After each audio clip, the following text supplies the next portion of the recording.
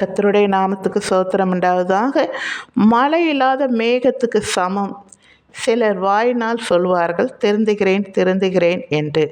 ஆனால் திருந்த மாட்டார்கள், செயல்பட மாட்டார்கள். பிதாவாகிய தேவன் தான் ஒரே தேவன் என்று நம்புவார்கள். இயேசு கிறிஸ்து தான் நம்முடைய பாவங்களுக்காக மரித்து உயிர்த்தெழுந்தார் என்றும் விசுவாசிப்பார்கள். ஆனால் அவருடைய செயலோ நடையோ பாவ வாழ்க்கையில் ஜீவித்து கொண்டே இருப்பார்கள். இவர்களை பார்த்து தான் பரிசுத்த வேத வசனம் சொல்லப்பட்டிருக்கிறது, கிரியை இல்லாத விசுவாசம் செத்தது என்று.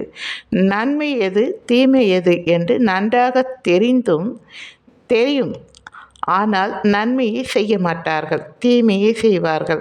சிலர் நன்மையும் தீமையும் இரண்டுமே செய்வார்கள். இவர்களுக்கு தான் பரிசுத்த வேத வசனம் சொல்லப்பட்டிருக்கிறது, ஒன்று அனலாயிரு இல்லை குளிராயிரு. இப்படி அனலுமின்றி குளிருமின்றி வெதுவெதுப்பாய் இருந்தால் உன்னை வாந்தி பண்ணி போடுவேன் என்றார்.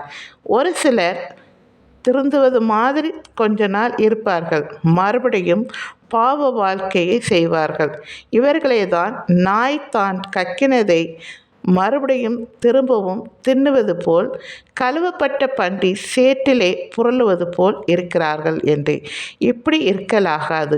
உங்கள் சரீரம் ஆவி ஆத்மா முழுவதும் ஆண்டவரிடம் தினமும் காலையில் ஒப்பு கொடுங்கள். என்னை உம்மை போல் எல்லாவற்றிலும் பரிசுத்தமாயிருக்க எனக்கு உதவி செய்யுங்கள் ஆண்டவரே என்று சொல்லுங்கள். சரிங்களா? தேங்க்யூ. ஆண்டவர் உங்களை வழிநடத்துவாராக. ஆமேன்.